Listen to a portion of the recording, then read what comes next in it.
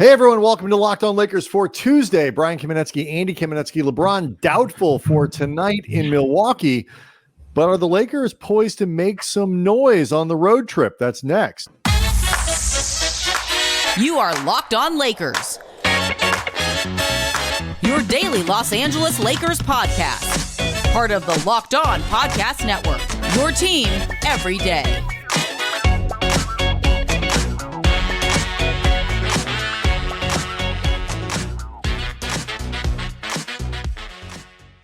Thanks to everybody for making Locked On Lakers first listen of every day, Monday through Friday, no matter how or where you get your podcasts. This one's always free and never behind a paywall. And Locked On Lakers on YouTube is where over 23,000 subscribers are wondering what the future holds for the Lakers, particularly this road trip as the Lakers really hit the final stretch of the regular season. It's looking more and more, Andy, like the Lakers will be in the tournament somewhere, just not necessarily in the top six where you are guaranteed to play at least 4 games. I do want to let people know that today's episode is brought to you by Prize Picks, the easiest and most exciting way to play daily fantasy sports. Go to prizepicks.com/LockedOnNBA and use the code all lowercase LockedOnNBA for a first deposit match up to $100. So our friend Mike Trudell, who covers the Lakers for the Lakers, and he has a really good breakdown of what the rest of the season looks like for the Lakers, as well as the teams they are chasing. We're going to take a good look at those numbers in this episode. We'll talk about Cam Reddish and Rui Hachimura. But let's start, Andy, with the big news for tonight's game. LeBron James listed Monday, the Lakers said, as doubtful for the road trip opener in Milwaukee. Yeah, obviously we don't know the extent of how long LeBron would be out, assuming he is out tonight, whether or not this will continue throughout the road trip. It would be consistent theoretically with what the Lakers have done with back-to-backs. If LeBron did end up playing Wednesday in Memphis, it would be very consistent with what they've done with just the idea that we're going to hedge our bets on pressing our advantage to make sure that we win the harder of the 2 games. And then from there, a game like Milwaukee, for example, on the road, I wouldn't go so far as to say it's a scheduled loss because the Lakers just beat the Bucks and they've been playing well lately and they've had big time shorthanded, even road victories before. Yep. But the Bucks are the favored team anyway. This is a game where they might lose regardless. So let's just make sure that LeBron is there so we can secure the win that should be most probably in hand, and we'll see what happens with the Bucks. I've said this many times because it's happened a lot throughout the season. It is the reverse of how I would do it. I don't think it is a silly logic, and I don't think it's a unique logic. I think other teams do it this way as well. It's just not how I would do it, particularly considering the Memphis team that they're playing. They should be able to beat if you or I suited up. Well, maybe me. We tend to disagree on this one. I think, a lot of it really is dependent on the medicals. This is the same ankle that's obviously been having LeBron listed as questionable for every game since like game 4 of the year. And so it may just be that he needs the rest. It may not be a purely binary choice between you can play on Wednesday, you can play on be. Tuesday, but they've also had him play. Wednesday. They have, again, I realize it's not always the same situation by situation by situation, but they've had him though play before, of course, in the first of the 2 while getting less time to rest. To your point, there is, if he were to, obviously you get an extra day of rest from the game on Sunday through the game on Wednesday if you don't, if you don't play tonight. But the flip side of that is if you play tonight and don't play on Wednesday, the Lakers are off until Friday. So, I think without knowing the particulars, I tend to subscribe to the do everything to make sure you win the game that you're supposed to win. And the Lakers have been so bad in the shoulds this year. They've been so unpredictable against the lesser teams in the league, particularly teams that are filled with like goofy, weird players that are, filled with energy that nobody's ever heard of, that are dying to make their mark, against the Lakers and, put themselves on in a box score on a YouTube clip or whatever it might be. So I'm okay with this.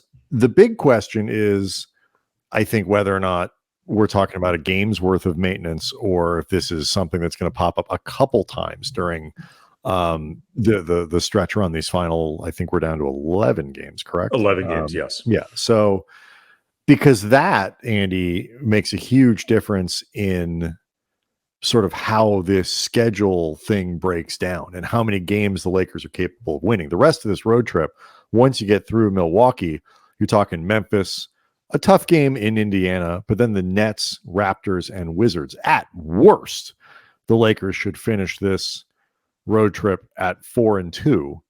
And, you would like to think that, given where they are in the season, that a split against the two playoff caliber teams in the East is possible, and you finish this out 5-1. For sure. I mean, the most concerning thing about this is just the idea that this is the time where LeBron is supposed to be ramping up everything, and to his credit, he largely has been. Like whether on a game-by-game basis LeBron has played well in that game or not, for the most part, you've seen him crank it up on both ends pretty consistently. Not every single game, but for the most part, he has. So this is a time where you're hoping you don't see LeBron have to do this sort of stuff anyway, where he would just be playing on the second end of back-to-backs, playing on in every game, and all of the pacing himself and cautions that were taken throughout the course of the season pay off to the point where now you don't have to do any of it.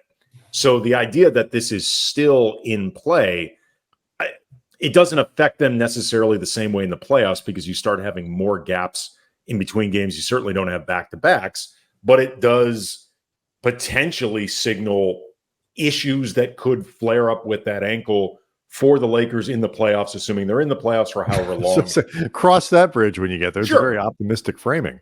But, again, my issue with the way that the Lakers are handling this, assuming that we are correct, that this is just a, choose between the two games. You are approach. correct. I'm Right. not even making that assumption. Okay. Well, assuming that I am correct in making that assumption, because it's felt pretty consistent with what they've done all year, it's just a more conservative approach than what I would do. Sure. Again, I'm not slamming the Lakers for doing it, because I think there is a logic to it, and it is not terribly. They're not the only team that does it like this.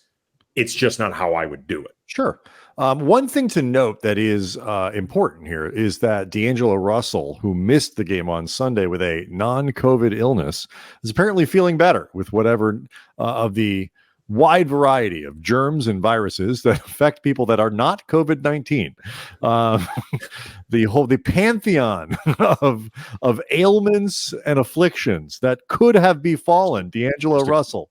Just on a quick Sunday. case of dum-dum fever, dropsy, whatever. It could be anything. Bubonic plague, got over it real fast. Yeah, whatever it is, he's feeling better. We know what he didn't have. We just don't know what he did. Dropsy. Scurvy. I mean, did he eat a lime? I'm not sure, but he's feeling better. By the way, go ahead and read an old sailing book and learn exactly what scurvy did to you. Oh my God, that is a terrible disease. Okay, side note, from the side note with scurvy, if you are not watching the FX series Shogun, it's great. Change it, because it's very, very good. But the opening episode of Shogun deals with scurvy. And yes, Brian, you are not overstating the problems that came with scurvy back then. If you got scurvy, make sure to get your affairs in order, because you're done. You just sort of dissolve from the inside. Really, it's not good. It is a rough way to go. Don't travel without citrus is the moral of the story. And this, I before we get to the schedule thing in the next segment, I want to start with something that I think could be kind of intriguing with D'Lo presumably back in the lineup and LeBron presumably out of it. So we'll do that next. Locked on Lakers is brought to you by Prize Picks, America's #1 fantasy sports app with over 3 million members. We are the easiest, most exciting way to play DFS. Just you against the numbers. Pick more than or less than on 2 to 6 player stat projections and watch the winnings roll in. It's demon time on Prize Picks. You can now win up to 100 times your money with as little as 4 correct picks. You could turn $10 into $1,000. Demons and Goblins, they are the newest and most exciting way to play at Prize Picks. Squares marked with red demons or green goblins, they get you different payouts. And Prize Picks also offers weekly promotions that can lead to big payouts like Taco Tuesday. Each Tuesday, Prize Picks discounts select player projections up to 25% to provide even more value, plus an excuse to get some tacos as part of the theme.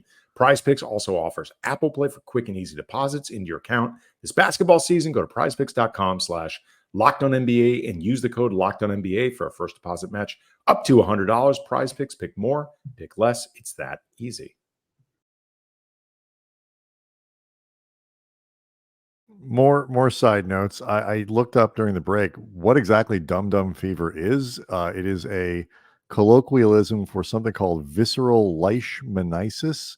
Probably mispronouncing that. And it's otherwise known as the black fever. And you don't want this either. And now I feel bad for even making the joke. I mean, we were joking about scurvy. You don't want that. I know, it feels more avoidable. I know, like this is bad. Anyway, take care of yourselves, people. So I one of the things that I think is that is interesting about this, we talked a lot about Spencer Dinwiddie after his 28-point performance on Sunday, and the possibilities that a fully realized Dinwiddie on the Lakers could bring. We spoke on, I believe it was Monday, right, Andy, about his net rating and how well he has, the type of positive impact he'd been having on the Lakers even before. One of the things that I thought was interesting was when it is in the lineup data, Dinwiddie and Reeves is a positive, strong positive. Dinwiddie and Russell is a strong positive. The three of them together is also a positive. And smallish sample size and all that kind of stuff. So I am curious to see how Darvin fills in the gaps. Obviously, we'll see, probably more minutes for Rui. You'll see more Cam Reddish. You could see some Max Christie, and Torian's minutes might go up. Do we ever see Max Christie? I said you could. I mean, he'll be there. You can look. You can find him on TV. We could see more minutes for Harry Giles. I'm just not counting on it. Good. A lot of things could happen. Yeah. So I mean, he'll be there at the very least. I wonder if Darvin will take the opportunity to try and play a lineup. But obviously, you have some size issues there. But Dinwiddie is a pretty big guard, and Russell is a pretty big guard, and Reeves is not a teeny tiny human and all that. So at least by guard, you don't have like a 6 foot, 5'11" or a 6 foot 165 pound guy running around there too. The reason I say that is because those are three of your best players. And particularly when you don't have LeBron, even when creating potential issues around matchups and defense, which they're not playing anyway, I wonder if your default is just, let's figure out how to get our best players on the floor for as much as possible. So I'm curious if he runs with more of these 3-guard lineups, assuming LeBron doesn't play. It's certainly possible. I mean, if you think about it, for example, who would start in LeBron's place if he doesn't play? If you went with Dinwiddie, you are matching up, even acknowledging that Dinwiddie, Reeves, and D'Lo are not little for their position. You're still going to be matching up pretty small once you get to the Middleton piece.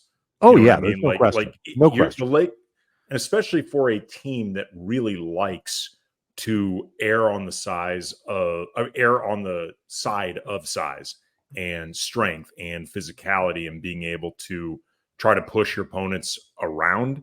Between that and I think some of the inherent defensive issues that could come with that particular 3-guard lineup, because, Dame is obviously a handful. The Lakers did a very, very good job against Dame in the recent game in LA.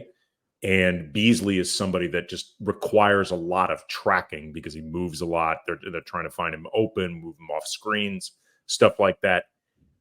My expectation is that Darvin would start Cam, because I think that's when we'll start. I wouldn't surprise me if the three of those guys play together. That's all I'm really sure. I think the use of those three would become much more matchup dependent over the course of a game, as opposed to something that Darvin would look to begin with.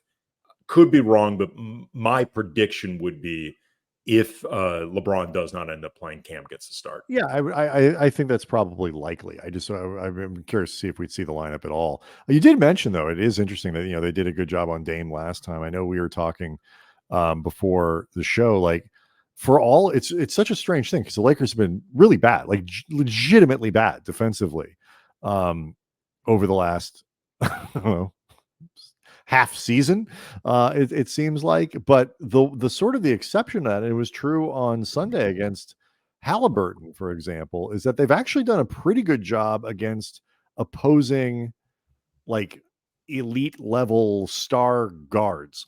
Yeah, there was actually an interesting piece at Silver Screen and Roll, and I can't remember if it was either Jacob Rude or Alex Regula who wrote it. My apologies to whoever I'm not properly crediting, or if it was neither one of them. But they pointed out how AD said after the Indiana game that they have done a good job with this, with these high-end guards. And I started looking back, and they've had recently good or even great success, or at minimum strong halves, against Halliburton, Tyrese Maxey, DeJounte Murray, Dame, SGA.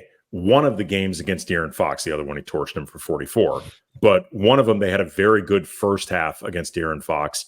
Anthony Edwards. I think it speaks to, we talked about this on Monday, Spencer Dinwiddie has been far better defensively than I expect. I mean, frankly, I didn't think about him anything defensively other than, will he hurt the defense? Just because he does not have a defensive reputation. In the games that I've seen, I've never been particularly blown away by his defense. Maybe this is about scheme or recommitment, or, as I've talked about, he seems like he has really tried to be a good soldier with his role and being told what the asks are and going after those asks. But he's been terrific defensively. I think Austin Reeves, few exceptions here or there, has picked up his defense tremendously. And then for all of the, I think, correct concerns about D'Angelo Russell defensively, and he's certainly not a plus defender, he does certain things well, particularly deflections and just general disruptions. Like, he is second on the team in both deflections per game and total deflections behind Anthony Davis. And when it comes to total deflections, the gap between him and number 3, I believe it's Torian, is it's either Torian or Cam, is pretty big. It's a pretty sizable gap between him and whoever is number 3 for total deflections. So that is something D'Lo, he doesn't stay in front of his man great for the most part, and he will get caught ball watching at times, but he at least finds some ways to disrupt an offense. But collectively, and I think the last couple of games, Cam has made a difference too, right? I think Reddish against Halliburton and against Maxey has done really good work. Just having him back, another disruptive defender who can check some of these guards, matters. Yeah, I mean, it's just the size difference, really. I think with Reddish, to have a different type of person to put on, you're kind of forced to use Taurean Prince in ways that might not be advantageous. Of course, none of this is really translating to preventing the other team from scoring very much. No, but it could be worse, I guess, is basically what a lot of this translates to. What it may be is the difference between winning games with subpar defense and losing games with subpar defense. Like, exactly. if you can, we talked about this after the Indiana game. Like, Pascal Siakam absolutely torched the Lakers. They had no ability to contain TJ McConnell. They really had no ability to contain Miles Turner, but they did a good job on Tyrese Halliburton. That's a difference in a win and a loss when it's 150 versus 145. Right. Can you find the 6 minutes of defense that you need to make this work? And they kind of found it in the third quarter. Like when you can build up a 19-point lead, which I think was the high in the Indiana game. Like it does afford you a little bit of cushion, like, you know, when the other team makes a run and stuff like that. And it is difficult to build a 19-point lead unless you're getting stops, at least for a few minutes. So, they're just, you know, I think the downside here is like, we're just never going to see like this, like, let's see like 5 games in a row with like the entire roster. Like it's just not going to be a thing. And, you know, we'll see when they get an update on Vanderbilt. We'll see when they get an update on all these other things. But, you know, the opportunity is there. We talked about it for Monday. We've noted the schedule issues and things like that. And as I mentioned at the beginning of the show, our friend Mike Trudell, who covers, you know, does sideline reporting for the Lakers broadcasts, writes for the Lakers, and you know, travels with the team and all that. He laid it out pretty plain. Like if the Lakers win X amount of games, here's what has to happen around the rest of the West for the Lakers to move up. It's pretty instructive, and we'll get into it next.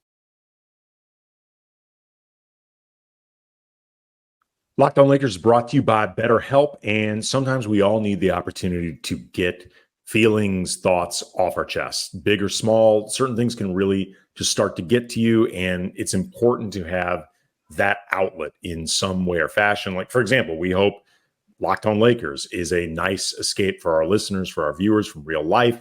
You love the Lakers, I love the Lakers, and there can be a stress release from enjoying a Laker game. But at the same time, I don't care how big of a Laker diehard you are, everybody has more pressing issues in their life than just the purple and gold. And for those issues, it can be huge to talk with a professional. I know this firsthand. It helped me and my family during a really difficult period for us. Talking with a professional, therapy can be really useful. It can be very different for everybody. And if you're thinking of starting therapy, give BetterHelp a try. It's entirely online, designed to be flexible, suited to your schedule. Visit BetterHelp.com/LockedOnNBA to get 10% off your first month. That's BetterHelp, HELP.com/LockedOnNBA. So the one other thing that I thought you noticed something, and I know you wanted to at least mention it a couple times. We'll see what if it happens tonight. And obviously LeBron's absence impacts this a little bit, but Cam Reddish has finished games ahead of Rui over the last couple. And it's something that I think anytime Rui, who had started to play really well, seems to lose minutes, it at the very least, Andy's going to get the attention of a lot of Lakers fans. Yeah, I thought it was interesting just because Cam has only been available 2 games and he's closed in both of them. I think there are contextual details. In both cases, the Lakers were holding a lead. So you might go to a more defensive look against Indiana. Like I mentioned before, Rui really struggled against Pascal Siakam, which would lessen the need to have him out there for defensive purposes or just a matchup in the first place. I have been a very card-carrying member of the Give Rui More Minutes Club, but I didn't have an issue with either one of these games, Cam closing. And it's interesting, when Cam was coming back, we took that viewer question about whether it would make sense to put Cam in the starting lineup ahead of Reeves, actually moving Reeves to a 6-man role. And what I said in response was I doubted that would happen, but it wouldn't surprise me if I wasn't predicting it, but if there was a change, if Reddish went into the lineup for Rui to give the starting lineup more of a defensive look, give Rui more opportunity to provide scoring pop off the bench.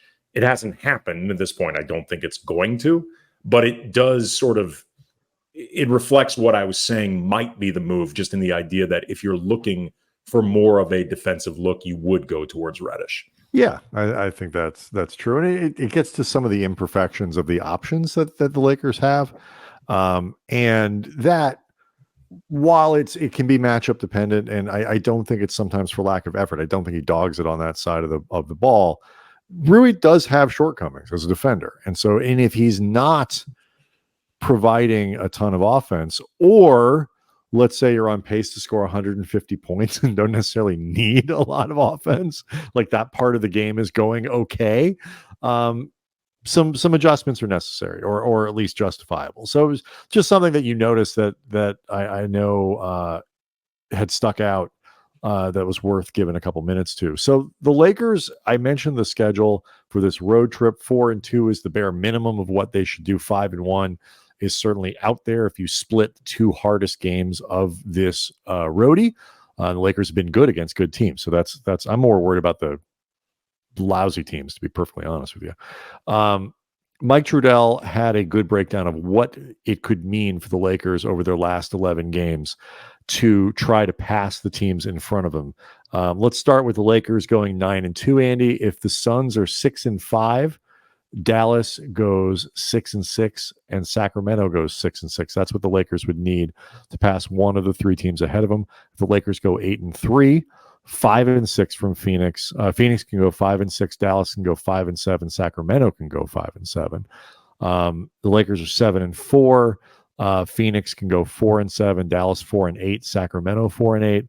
And if the Lakers are barely at 500, the other teams can essentially show up drunk and still keep themselves ahead of the Lakers. So it really crystallizes the way the math works here. Like, the Lakers need, if they want any real possibility of moving up at all, they've got to win at minimum 8 of 11, probably 9. Well, I will say this, and I don't disagree with anything you're saying at all. They're off to a good start with this, and the schedule for the Lakers is starting to soften up. Per Tankathon, their strength of schedule is 21st in the league with a collective winning percentage among their opponents of 47%.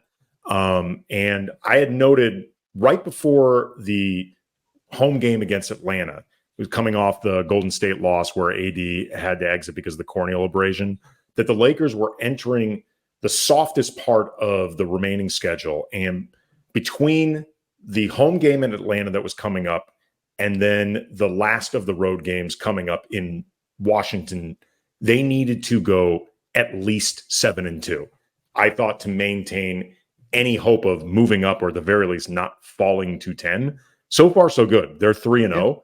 And one of the two losses that I identified that was acceptable was Indiana, because they were playing them twice. They've already gotten one of the wins out of the way.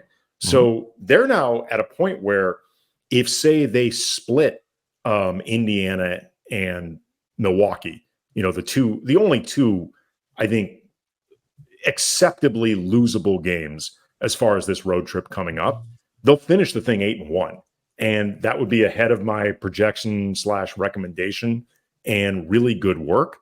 But then started taking a look at some of these other schedules around the league in terms of the teams that they need to drop. First, we go to Phoenix. Their remaining schedule, hardest according to Tankathon, nearly 61% winning percentage among opponents. At the Spurs, that I believe is tonight. Then at Denver, at OKC, at New Orleans, hosting Cleveland, hosting Timberwolves, hosting Pelicans, hosting Clippers, at Kings, at Minnesota. That, kiddos, is brutal. That is I am rooting against Phoenix, and I feel bad for him. It's horrible. It's really funny how these things work. It's not done like everybody's got their kind of their own thing. Everybody's going to have their, these last few games. Like, we talked about the Pelicans. What are they going to be doing? What are the Warriors going to be doing? Are the Warriors going to be, they're fading fast. They seem to be limiting Steph Curry's minutes on Sunday in ways that didn't make a lot of sense, particularly to Steph Curry. And so you kind of just sort of wonder what's going on there. Like, will the Cavaliers have Donovan Mitchell in the lineup when the Lakers play them? And this sort of thing is happening with every game across the league. Right. All of a sudden, all of these teeny tiny little things that nobody paid attention to in game 41 are the types of things that, now that everybody is focused on every game. And the Western Conference, by the way, the Lakers have a better record now than they did last year. And where they finished 7th and now they're barely hanging on because the rest of the West, is, as we predicted it would at the beginning of the year, not cooperating like it did last year. Like last year was I feel like the great miracle of last season wasn't the run to the Western Conference Finals. It was that the Western Conference allowed the Lakers to finish in a position where they only had to win one game to get into the main draw, as opposed to just missing the whole thing entirely. Yeah. And, LeBron talked about after Sunday's win over Indiana that it's very unusual for a West Coast team to go on an East Coast road trip this late in the season, or vice versa. If you're an East Coast team going on West Coast, like he said in his time in the NBA, that is very unusual to happen this late in the season. So that's an adjustment that he was talking about. Moving on to Sacramento, who, by the way, has the third toughest schedule, according to Tankathon, nearly 56% winning percentage among opponents. Hosting Philadelphia, hosting Dallas, second end of a back-to-back, then another game hosting Dallas, hosting Utah, hosting the Clippers, at the Knicks, at Boston, at Brooklyn, at OKC, hosting the Pelicans, hosting the Suns, hosting the Blazers, and then you go to Dallas, who has the 20th most difficult schedule, according to Tankathon, at Utah, at Sacramento, also for them, the second end of a back-to-back, both teams in this Dallas-Sacramento game, second end of a back-to-back, then another game at Sacramento, at Houston, at Golden State, hosting Atlanta, hosting the Warriors, hosting the Rockets, at Charlotte, at Miami, hosting Detroit, at Oklahoma City. So it's tough, man. I mean, particularly with Sacramento and Phoenix, the Lakers needing them to lose games is not out of the question given who they're playing. And thankfully for the Lakers, there is not a ton of these guys playing each other down the stretch where everything just starts canceling out everything. Ultimately, What I've decided is, if you're a Laker fan, root for Sacramento to win as much as possible, because A, they will be beating down, hopefully, if the timing works out, both Dallas and especially Phoenix, who the Lakers have the tiebreaker over. But also, if we're being honest, Sacramento is the team that I want to see the least in a single elimination setting. It certainly hasn't been good to this point this year. The Lakers have not performed well. I mean, here the most crystal clear thing is root against the Suns every night, because the Lakers, the biggest difference between the Mavericks. I mean, look, I would take Sacramento if it meant the Lakers could somehow get an extra home game. Then fine, give me Sacramento. Or if they could get up to the 8, so you only have to win once, give me Sacramento to get the opportunity. But but the reality is, if Dallas and Sacramento are both kind of the Lakers probably are going to catch either one of them because they don't have the tiebreaker on either team. The one team that the Lakers just need to catch, don't need to pass, is Phoenix. So root for the Suns to lose every game, and in that final 10, you may not have to root that hard. That is the opening for the Lakers to go from 9 to 8, is to hope that the final season stretch for the Suns is really as it plays out as brutally as the schedule says it could, because Phoenix could play pretty decent basketball and still be around 500 just because of their opponents. Sure. But again, I would want Sacramento to be as far from the Lakers as possible. Even LeBron has acknowledged the Kings have had their number.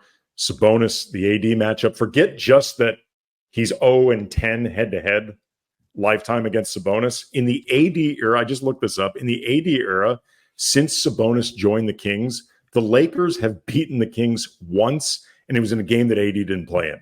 Thomas Bryant started in that game. That's probably not good. I'm just saying it really speaks to this matchup not working for AD. And the Lakers are 1-2 against Dallas this season, but they lost by a combined 5 points. Like, they've actually played Dallas really well this year. So, I wouldn't underestimate Dallas, but I would much rather avoid the Kings over Dallas or Phoenix. It's just a bad matchup for the Lakers. Yeah. All right. Well, we'll start with tonight. We'll see what happens to the Lakers without LeBron, see what they can do to kick off this road trip. Locked on Lakers on YouTube is, of course, where you can go to hang out with over 23,000 subscribers, leave questions, leave comments. We check them every day, try to respond to things as much as we can. We will be back after the game, of course, and we will see everyone tomorrow.